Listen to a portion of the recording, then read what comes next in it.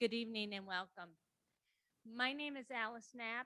I'm CEO of the Ferguson Library here, and I just have a couple words that I want to say about the Friends of the Ferguson Library. This program tonight, they are one of the co-sponsors of it.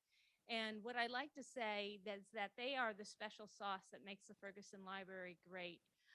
If any of you were watching the mayor's most recent event on maternal health, you might have noticed that the Friends were featured because since 1986, they have made sure that every baby born in Stanford has received a book in our Books for Babies program. But that's just one of the things that they do. Another thing they do is a literary competition for students in grades, I believe it's 3 through 12. And that has been occurring for 37 years. But probably besides giving me sage advice on the sides, the other thing that they do is they bring together special nights like tonight where we get to see a fabulous author talk in an intimate environment. For those who are on Zoom, welcome, and you will be able to write your questions in chat and be involved in this conversation. And that's all thanks to the Friends work. They have a whole committee that puts together these offers events. So why I'm saying all of this is please join. When you join at only $25 a year, it's a real bargain. Not only do you get a discount at our bookshop, our used bookshop, but you also get advance notice of all of our authors' events. So please join the Friends of the Ferguson Library. I also want to give a shout out to Elm Street Books. They are here tonight. If you are on Zoom and you are interested in buying a book, and I know you will be after this event, Elm Street Books will still be selling them. They have extra copies back at the shop. So please, buy a book and help support our authors. And finally, I want to talk about our partner in this, our co-sponsor in this event. It's the Mayor's Multicultural Council, and they are just amazing. We partner with them a lot, and they help us bring in together great programs. And in fact, I want to introduce Ava Weller, who will be introducing our author tonight. Ava?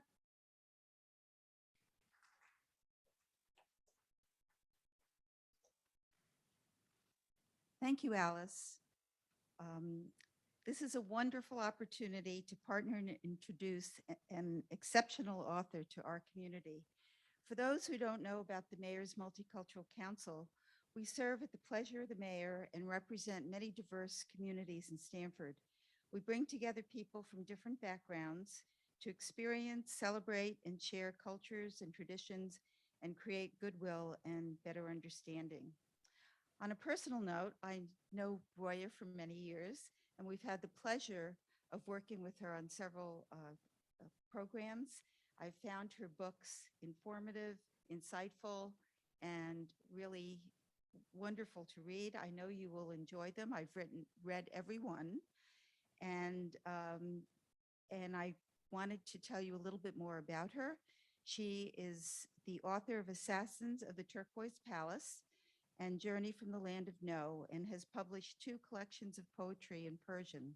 Her essays have appeared in the New York Times and the Wall Street Journal and on NPR's All Things Considered. She has collaborated on programming for leading journalism units in network television, including 60 Minutes. She's a recipient of a Guggenheim Fellowship and served on the editorial board of World Affairs. Since 2015, she's taught at Thread, a writing workshop at Yale, and is a fellow at the Davenport College at Yale. She lives in Connecticut, and we are so very lucky to have her here tonight with us, and for those on Zoom as well.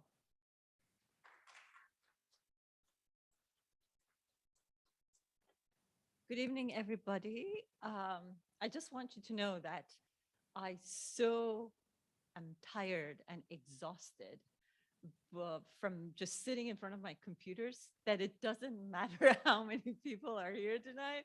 I'm just delighted to see faces, and I'm delighted to be standing and actually speaking. It's enough.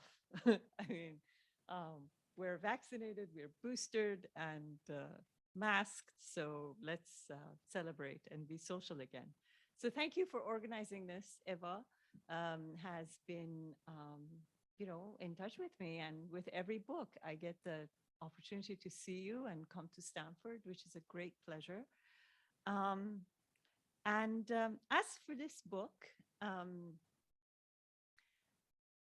I was thinking as I was driving over tonight that I've spoken many times since this book was published last year, and I want to begin this with something that I have never said, and perhaps this helps us both understand what really truly drove me to do this.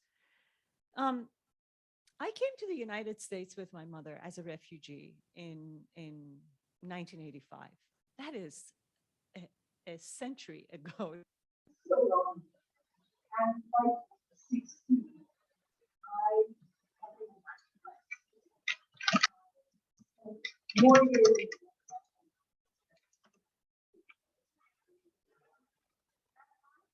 No need to when he began all the ancestors that is so being raised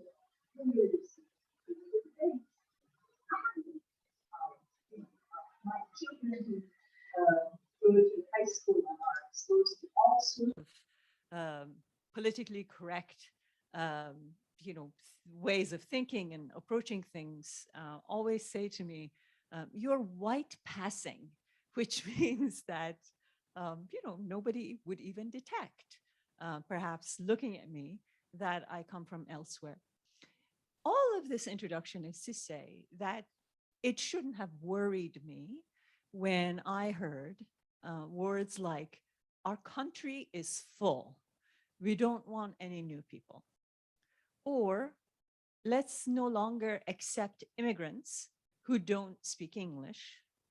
Or, "Let's put a ban on nations, on Muslim nations," which, by the way, included Iran, again, which is where I'm from. None of that should have worried me. I have been here for 30 plus years, and this is my home, and I have a blue passport just like the rest of you. What shocked me was that I found myself really terrified and full of grief and just really shocked. And what I was trying to understand was, why should I be? Why should this bother me at all? This isn't about me. But somehow I realized that in a very visceral and a very personal way, no matter how far away my own refugee experience had been, my own immigration, crossing over into this country had been, I still felt, when push came to shove, exactly like the person I had been. That in many ways, my status as a refugee, which should have expired, right? Because I was a refugee for a year and a half. It like a lot of other experiences, we go through something and then we say, I'm done with that. I realized that it isn't something that one can be done with, that it becomes part of you. It becomes part of your makeup. And I surprisingly discovered that having been a refugee has become part of my makeup. So that was my own discovery in 2016, that it didn't matter how well I spoke English.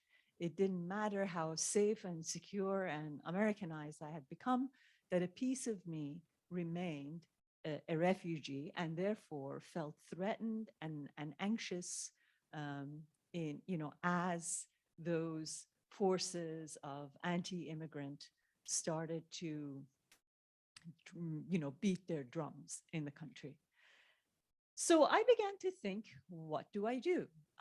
What does someone like me who feels compelled to make a case for us, make a case about the fact that, it was not a wrong decision for the United States to accept me and my family. What should a person like me do? So on one hand, I'm sure everybody remembers we were all angry, no matter what side of the political debate we were on. every one of us felt a great deal of anger. Whether you were on the right or on the left, we were all, going at each other and feeling that there was no way of having a reasonable conversation, especially about profoundly important issues that were at the center of political debate, of which immigration was one. So at first, I started writing a few journalism pieces talking about immigrants I knew and why they were good members of the American society. But then after I ran them, they were published in, one of them was published in The Guardian and in other places, and lots of shorter pieces in the Washington Post. I realized that I just wasn't doing what I thought I should be doing, that I had simply added to the chorus of the people who were supportive of immigrants and immigration. And I wasn't trying to do something that would change the way we were having the conversation. And that's what I wished to do. I wanted to change the nature of the conversation. It wasn't so much a matter of creating, more positive support for the immigrant, but rather I wanted to contribute to a way that we could come together to see the immigrant, hear about the immigrant, feel the immigrant in a way that we weren't when we were watching the news. And so I thought, what could I do? I set aside any sort of reportorial ambitions and journalistic ambitions, and I went back deep into my own experience, both as a refugee and as a newcomer to the United States. I spent many weeks and months reading a slew of books by immigrants and refugees who have come to the United States. And at the end of the day, what I tried to do was to create a shared treasury of overarching themes that all of us had spoken about in one way or another in our work. So, people have always asked me, you're from Iran, so coming to the United States must be very different for you than, someone who comes from Spain and, becomes a refugee, or someone who comes from Latin America. It's true. Our backgrounds are different, and therefore our arrivals and our experiences throughout the process of resettlement are very different. But even with all those differences, there are overarching ways, there are ways in which our experiences overlap, and there are things that we share. There are encounters in the United States as we arrive, as we try to learn the language, as we go about finding a new job, as we try to make this country ours. We have shared experiences, and we, despite all the differences, begin to see that some things are in common between all of us as immigrants. And so I began to extract these and kind of pile them up. And then I thought, the best thing someone like me can do is not to argue for the immigrant or against the immigrant, but simply to make the immigrant an accessible, knowable human being. As you remember, the immigrant in those days was being accused of being criminal, making our society unsafe, robbing, our own citizens of jobs and a variety of other things. And I thought, I don't want to debunk any of these ideas, but if I can manage to make the immigrant human, because in the process of all that political, haggling over who the immigrant was losing his or her humanity. The immigrant was being emptied of his or her human qualities. And all I tried to do was to try to restore humanity to the immigrant by making him or her an accessible human being, somebody that whose thoughts you can hear, whose feelings you can know, whose anxieties hopefully you can feel. And that's my book. So what the book does is to read sort of like a cookbook. It's not written in the first person because it's obviously, it includes some of my own experiences, but it also includes all the experiences of other immigrants that I try to incorporate and kind of create this melange, this salad. So it was not a memoir, and it's not a third person account, because the last thing in the world I wanted to do was to create a book that sounded like another piece of journalism, which all of us were reading too much of anyway. So I wrote the book in the second person. So as you pick it up and begin to read, it's giving you instructions as if you are the immigrant who's arriving, and this writer, this narrator, who is already a naturalized immigrant who's been here for many years, is guiding you through the United States.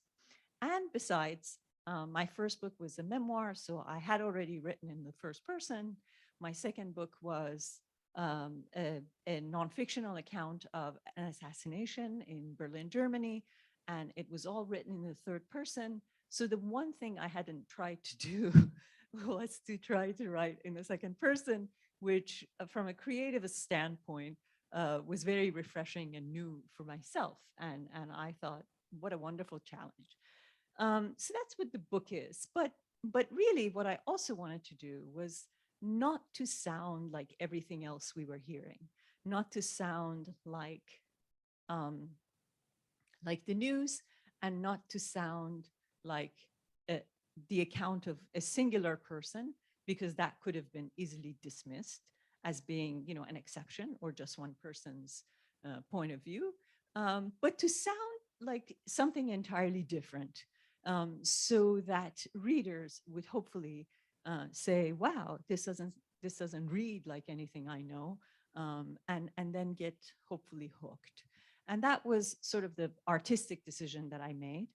And you'd be surprised, as I was, that for the first several weeks of this book's release, it was the #1 book on Amazon on the ethnic humor category, which is to say that I thought we all could use a good laugh, that we were all being so bitter and so divided that we were forgetting that you know, we can share joy and we can share laugh. And I thought perhaps wit can be a way of disarming the reader, so that we can all come together and begin to read or have a reading experience that hopefully brings us close. So that also explains why you know, reviewers and so many other people who have written about the book keep referring to it as being funny, which, well, it sort of is. But to make a last point, I also wanted it to be particularly beautiful, and maybe I succeeded. I hope I did.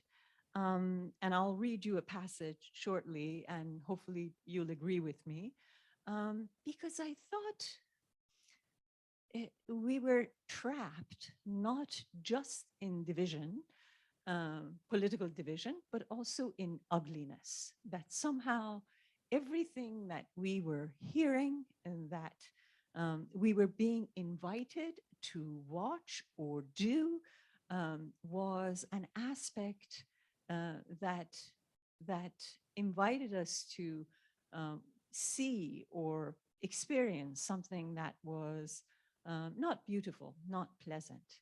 And I thought that I should also go back to the very core of why art is important, because, and create something that was true to the core of the artistic experience, which is to create beauty. And that beauty in and of itself can create conversation, can bring people together, can make people feel good. And maybe that sense of goodness can pave the way for, better conversations for us. So these are the things I try to do without trying to, solve our political problems. And let me give you a short passage so that you get a sense of how it reads and what it sounds like. And as I've already said, it reads like a cookbook, so it addresses the reader directly. Here is a passage from an earlier part of the book. So the immigrant has already arrived. So the narrator has walked the immigrant. Is the sound okay? Okay. The narrator has walked the immigrant through the airport, helped the immigrant collect her suitcases. The narrator has guided the immigrant to the taxi cab, and the immigrant has arrived at her first apartment in the United States. And the immigrant now is the first morning that she or he is awake at home, and there's a knock on the door. And the title of this passage is Your First Unplanned Encounter. There will be a knock at the door from, let us assume, a rotund person with a tool belt around his waist. When you open the door, the words spill from his mouth like a steady stream from a faucet. Towering over you, he's all smiles and you're all confusion. In his shirt pocket is a scroll long enough to reach his collar. Your eyes catch the word lease on the document, and you think this bubble of a man must be your landlord or working for him. He has extended a hand, and when you shake it, his hand swallows yours. The size of his grip will stun you.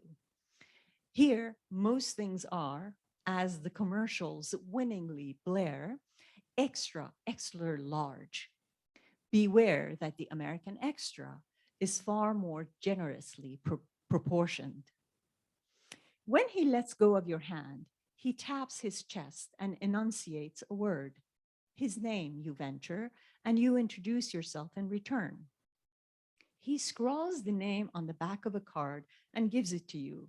Then he will likely ask, how's it going? You might think this is a genuine expression of interest in and concern for you and your state of affairs, and will be tempted to give him a thorough briefing. You may want to tell him about the airport, the security screening, the cab ride, and your disorienting jet lag. If you do, he's likely to be confused or interrupt you. You see, the American, how is it going, which comes in several varieties, how are you doing, or the curt, what's up, is in fact the equivalent of a little verbal cough to clear the throat. It is no more than a conversational lubricant to accompany a nod or a handshake, not an invitation to a real dialogue. A mere everything is okay and you will do. The still running faucet pauses briefly, then asks, where are you from? And there, you have arrived at the most vexing 4 words of your early days in America. Your reaction to this will be, above all, one of alarm. Your immediate thought will be that your pleasant manner has failed. After all, he has found you out, knows you're not from here. You take it to mean that you do not belong, and if you have a particularly gloomy nature, you worry that you can never belong, even after years of being here and trying to fit in. Your accent or something else about you will always give you away, and the question, with a minor variation, can still haunt you. Where are you really from? When you're new, as you are on that first morning, anxiety explains all things before reason does. But in time, you will see that there are as many interpretations for those four words as there are words for this for snow for the Eskimo. Asking where you are from can often simply be a way of breaking the proverbial ice. You might say, I'm from Thailand, to which the person asking the question could, in turn, excitedly say, Hey, my housekeeper is Thai. Or, I love drunken noodles. You might not be fond of your national cuisine, but no matter. Where are you from is launched into the conversation only to further the introduction. Even the native born ask each other the same question just to get acquainted. Sometimes it might lead to a wistful memory. You're the spitting image of my cousin Maddie, may he rest in peace. Or if the person asking is a single man or woman in pursuit of love, the following can ensue. If everyone in your country looks like you, I know where I must go for my next vacation. Such lines are most common at watering holes and nightclubs. However, an encounter with a freshly arrived immigrant can have a disarming effect, not unlike that of alcohol. In truth, and especially in those early days, where are you from is prone to cause more trouble than good. If you come from a communist or anti-American stronghold, you worry that the person asking might be wondering about your allegiances. If you come from a country in the throes of civil strife, you fear he might suspect that you have fought on the wrong side of the conflict. If you are from a nation with a record of fist pumping and sword brandishing in front of television cameras, Iraq, Syria, Yemen, for example, sometimes he, wishing to confirm the place of your origin, might run his hand across his neck to sign a beheading. That is when you realize that a meat cleaver is now shorthand for your ancient civilization. In the early days after your arrival, where are you from is above all a reminder of your unpreparedness to speak of the past. So that's just, I just wanted you to have a feel for the, thank you. So I wanted to say that, what in the end, what surprised me was that the book ended up not just explaining the immigrant to the non-immigrant, but explaining the immigrant, the America that the immigrant discovers to the non-immigrant too. I realized that we as immigrants, especially those of us who come from non-democratic countries, see the country, see America in ways that the rest of you who've been born and raised here, the rest of you who have never lived under an undemocratic order cannot see. And perhaps, therefore, there are aspects and ways in which you take America, your liberties, your freedoms, your rights for granted, or do not guard them as vigilantly as you should. So I realized that even though I began the book with the purpose of trying the immigrant to the non-immigrant and to offer a plea on behalf of the immigrant to the non-immigrant Americans, but at the end, by the time I was done, I realized that I was also making a plea on behalf of the United States. And by offering the perspective of the immigrant, the way in which we who come from those parts of the world that are non-democratic experience this country, that many of you who have not had to live under those circumstances may not see. So you'd be surprised that if you check out the Amazon's review page of this book, the majority of the reviews are by non-immigrant Americans who say that the book has enabled them to see their own countries in ways that they didn't see it before. I thought that given everything that was going on in the country, that I wanted to contribute also to your ability to have our perspective and see why protecting this democracy was a very vital task for every one of us. So that's all I have to say for this evening. I'm happy to take questions from Zoom, from the rest of you, read a little more if you would like, but I'd like to engage in a conversation. Thank you for listening.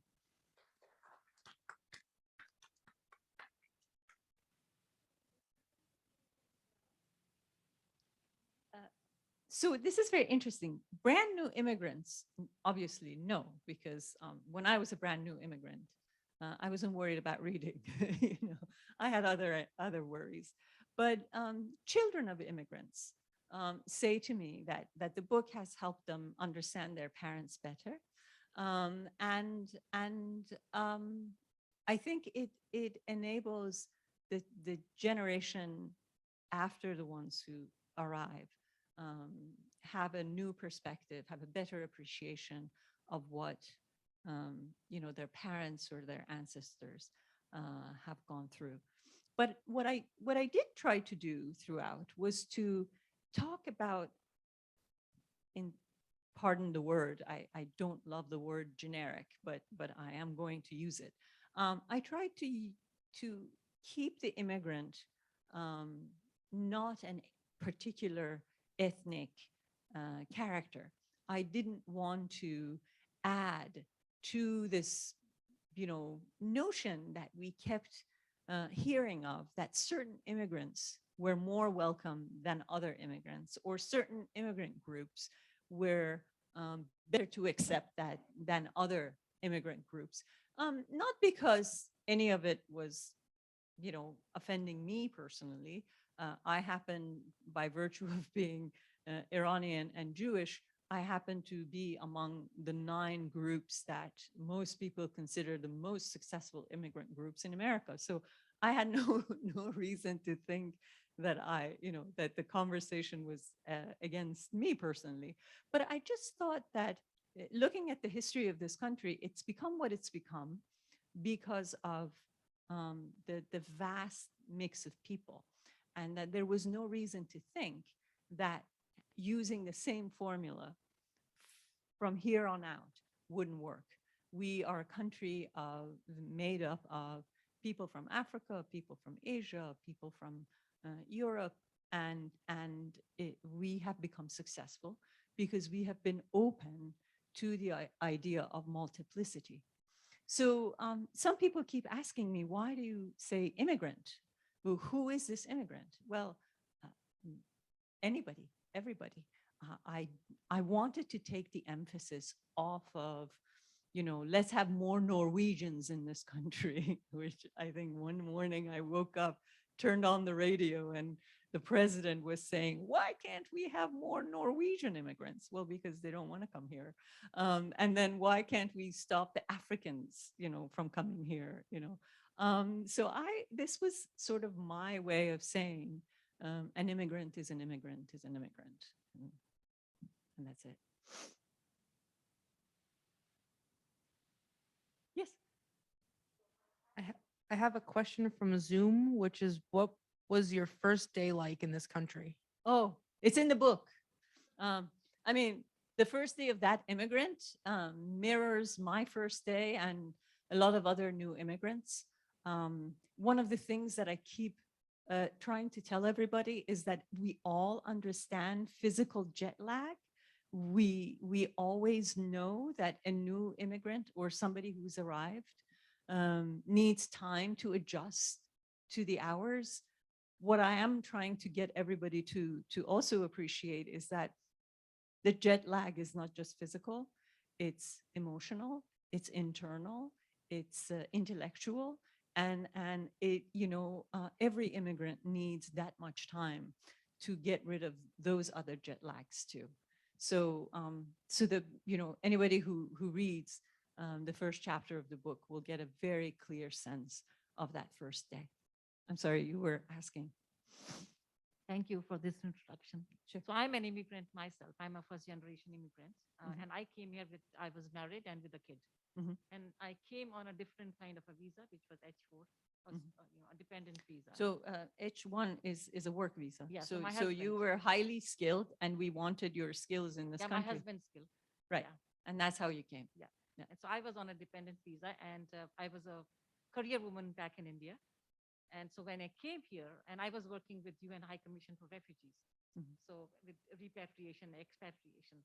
When I came here, I felt like a refugee myself because I had worked with people who had come from another country and felt completely lost Mhm. because they have missed something that was there in their own country. And there in India, they didn't have the thing that they could work. Mhm. So when they came to you in India as a, as part of the refugee, especially from Afghanistan that time, and there were some Iranians too.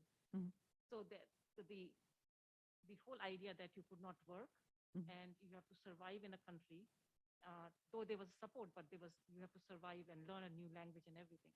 So when I came here, I felt like I myself a refugee because I could not do anything because being a career woman. I think people want you to hold the mic. Oh, closer sorry, to your sorry. mouth. Yeah. So Yeah. being a career woman, came here and I was very much focused on my career.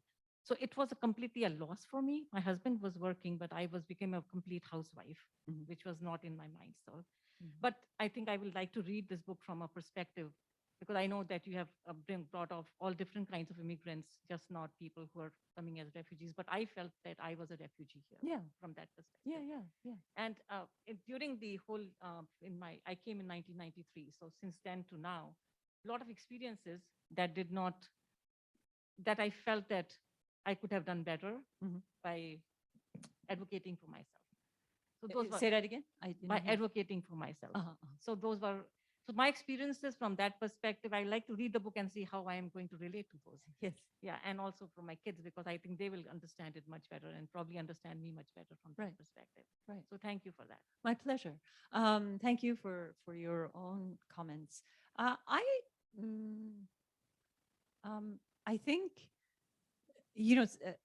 I was on a different talk last night, and someone who was a non-immigrant American asked me, "What can non-immigrant Americans do to understand the perspective of the newcomer, the immigrant, the refugee?"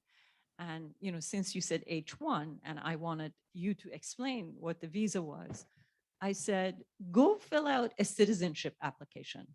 It will really do you a lot of good. And the reason is, we as new immigrants, as I'm sure you've done, go through so many trials, so many screening processes, and so many interviews. We fill out countless applications. We study for the civic exam. We take the test to prove that we know how many senators are in the Senate and how many Congress people are in the Congress, and what the Boston Tea Party was all about, all those things. And we learn and we learn and we learn to one day go to a ceremony at a city hall or in a courthouse where we have to swear our allegiance to the flag. And then they give us a certificate after years and years of working and filling out applications and answering questions and being poked and prodded medically and in every other way. And we then become Americans. The rest of you, God bless all of you, are immigrant upon birth. They give you a birth certificate and you're done. So what I think we need to do in order to kind of create a sense of equity is to expose the rest of you, the non-immigrant, to our experience. Because once you know how hard we work to pass the security questions, to go through the screening processes, which is like Dante's hell. It doesn't have one level. It has 9 or 10 or 11 or 12 levels. You have no idea how complicated it is to go through all these steps. And oftentimes I have friends whose names get confused, being from Iran, with some terrorist on some list. And one of them happens to be a professor at Yale School of Management, whose name somehow matches some terrorist name on a list. And, so it is just an endless hell until we persevere, fill out applications, the citizenship application. Who knows how many pages that is? 26 pages. Now, I know a lot of non-immigrants, and I should say that, I'm kind of on the other side too.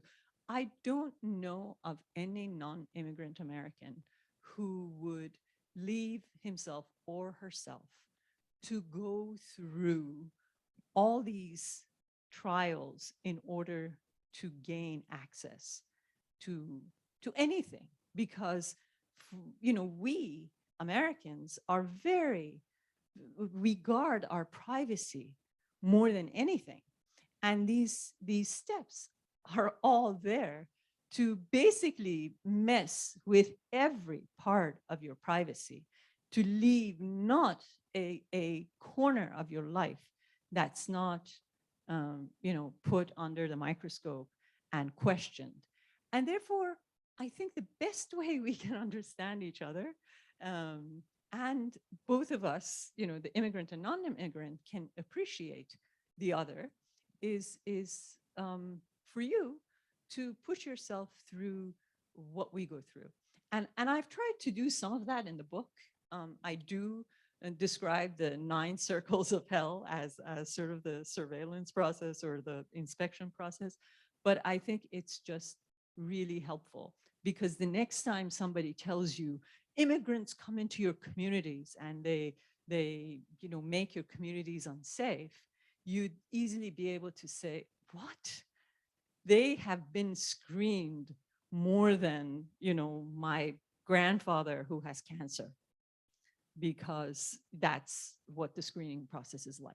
And so I think part of the whole, sense of misunderstanding, or just the ambiguity of our feelings towards this issue is a lack of knowledge about the actual ABCs of immigration into this country. So I'm glad you said what you said. Okay, so Bruno asks, I'm going to read it exactly the way it is. Roya, as I think about your poetry, based from you wrote with your father, and wondered to what extent you think that form of expression might also be considered by you to address the theme of immigrants in the way you address the themes in your book. Oh, poetry. Yeah. That's interesting. That's somebody who knows me. People ask me if I continue to write poetry. I say that I do, except that I hide my poetry in the shape of prose. So I hope those of you who read the book will see that I have tried to go back, reach into my own heritage, and use poetry again as a way of creating beauty in order to change this conversation.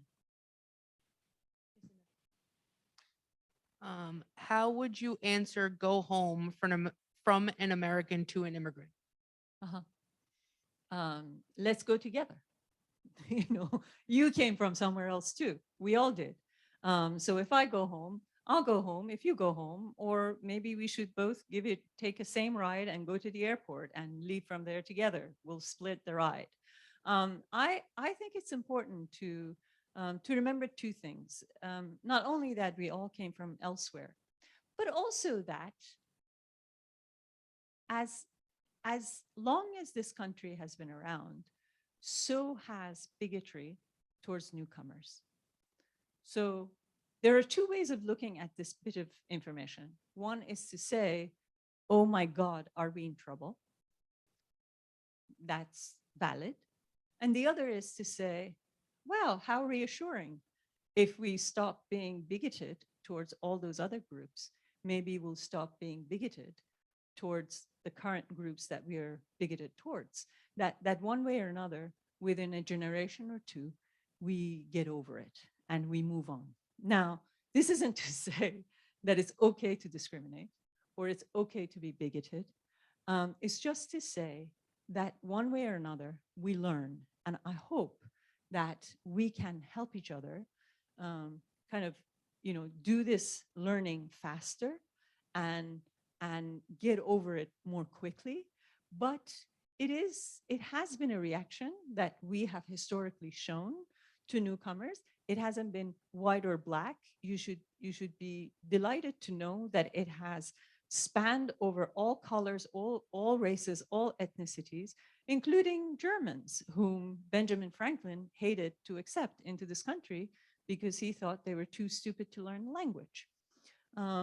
So, it's how we have been. Hopefully it isn't how we will be, but knowing that we have overcome those periods in our history should reassure us all. The one thing that now that we're on the topic of, people coming from outside of the country into this country, now that we're on this topic, I should add, is that, in fact, I think a very important part of the reason why America as a Western nation has had a better track record of incorporating, assimilating, admitting immigrants, and creating a community of people who kind of band together owes itself to the history of the African American community fighting for their own rights, to the civil rights movement, to the history of anti-slavery movement and all that.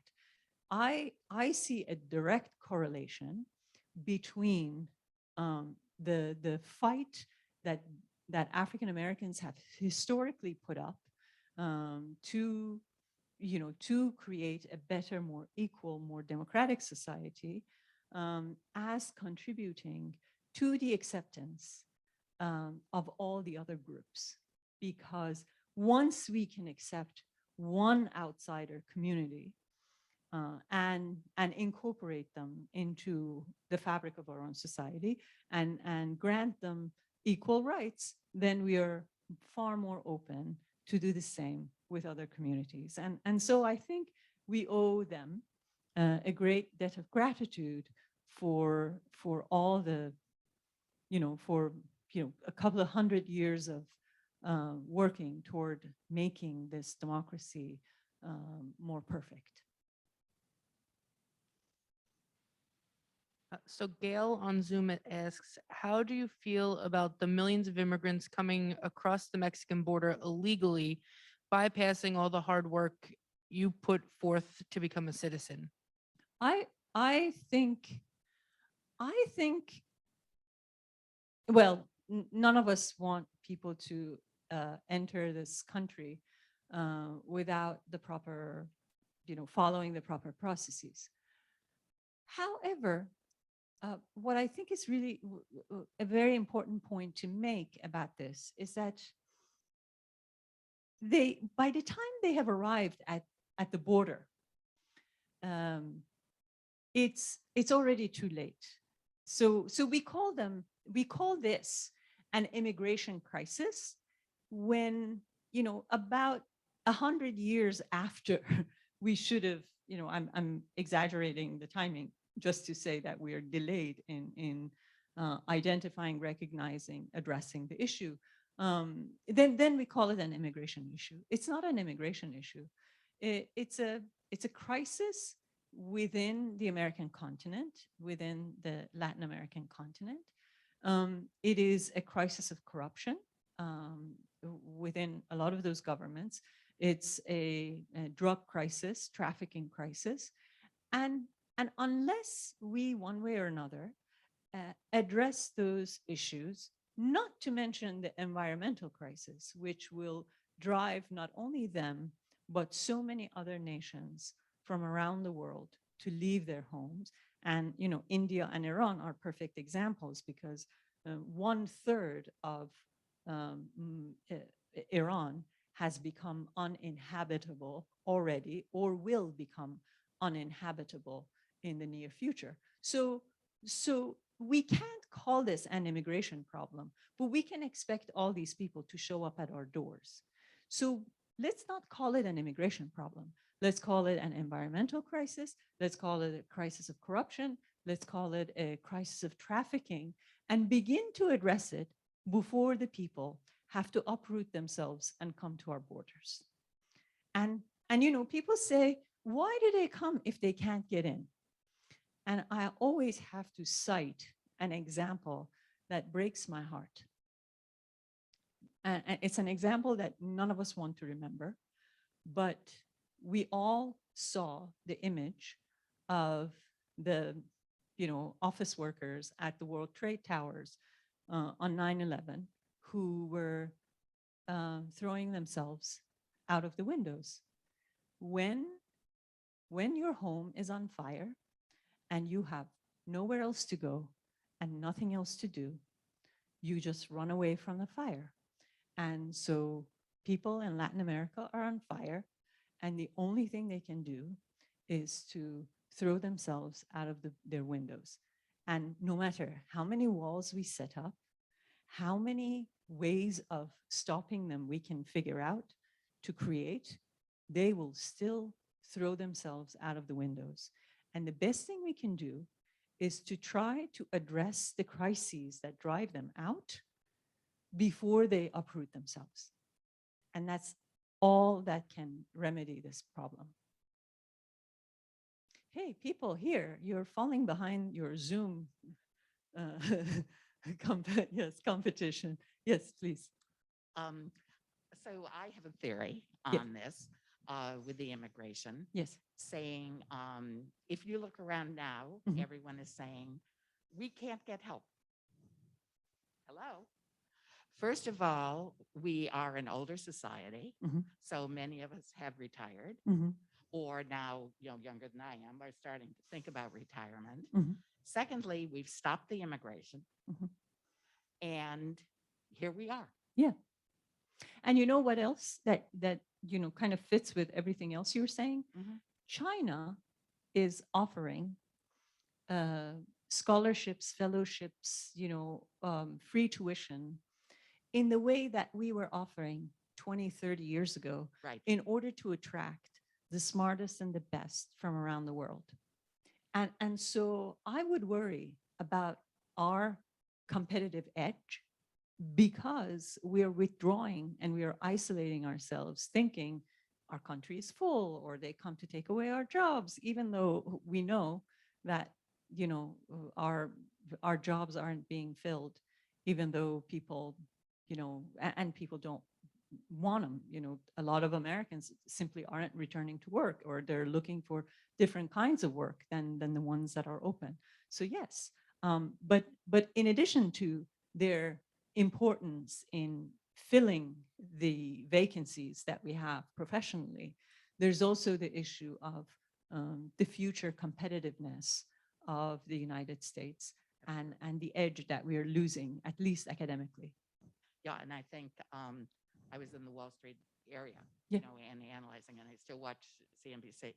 Mhm. And when you look at many of the top companies Mhm. and who's running them, Mhm. they're immigrants. Yeah. And who started a lot of this with the semiconductor industry, with any of these. Mhm. They came over in terms of that. So I think there's two levels. I mean, one is we're looking for that genius that's coming in. I mean, we have certainly Elon Musk and, you know, we had Steve Jobs and, you know, whatever that was here, American grown, but a lot of the others are coming from different countries. But I also think the ones that come over across the border, many of them are family people. Mhm. They had the opportunities before to be in the fields. Mhm. And that's the way, I mean, like my grandparents came from Ireland. Well, Mhm. you sent the one that was the domestic. Mhm. And then it went on from there. I mean, that just is the story. Yeah. By the way, I mean, again, to add to what you just said, the only reason we had our refrigerators stocked through the 2 years of COVID was because of all the farm workers in California and on the West Coast. That those farm workers, who many of whom are undocumented, kept the strawberries and the vegetables and the asparagus and everything else coming, while everybody was telling us, we're going to run out of food. COVID is going to, shut down the supply chain. It didn't, but it wasn't a divine intervention that prevented that. It was the intervention of all the farm workers, who are the unsung heroes of the last 2 years of pandemic. And even in this situation, it was where we would order food. Yeah. And would have the drivers. Yeah, exactly. Hi. Hi. My pleasure. Oh, we ran out of time? Oh, how polite. All right. Thank you, everybody. Yes. Yes. Yeah. Pleasure. All right. Thank you, everybody.